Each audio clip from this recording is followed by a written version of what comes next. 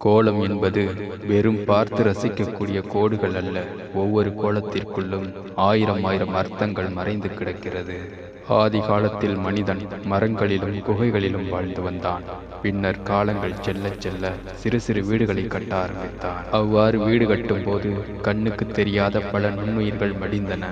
உயிர்களை கொள்வது பாவச் செயல் என்று மனிதன் நினைத்தான். எனவே ஏதேனும் செய்ய வேண்டும் என்று நினைத்தான்.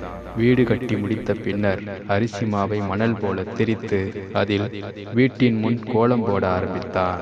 கோலத்தில் இருக்கும் அரிசியை சாப்பிட எறும்பு மற்றும் கண்ணுக்கு தெரியாத நுண்ணுயிர்கள் வந்தன. இதனால் உயிர்களை கொன்ற பாவங்கள் தீர்ந்து விட்டது என்று நிம்மதியாக இருந்தான். கோலமும் வீட்டின் முன் மிகவும் அழகாக இருந்தது. எந்த நாளில் எந்த கோலம் போடுவது சிறப்பு என்று பார்க்கலாம்.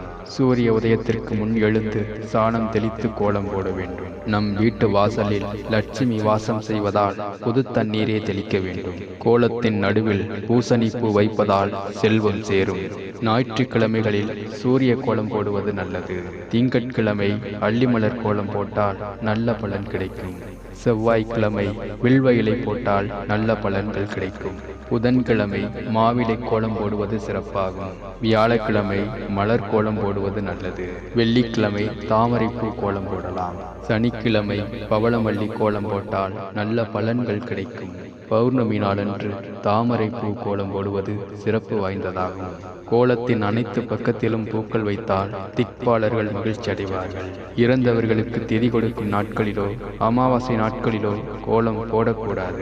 இடது கையினால் கோலம் போடுவது தவறாகும். பெண்கள் உட்கார்ந்து கொண்டு கோலம் போடக்கூடாது. குனிந்துதான் கோலம் போட வேண்டும். வீட்டில் உள்ளவர்கள் வெளியில் செல்லும் முன்பே கோலம் போட்டுவிட வேண்டும். கோலம் போட்டு முடித்த பிறகே அடுப்பு பற்ற வைக்க வேண்டும். இவ்வாறு ஒவ்வொரு கிழமைக்கும் ஏற்றவாறு கோலமிட்டால் தீய சக்திகள் நம் வீட்டை நெருங்காது என்பது நம்பிக்கை.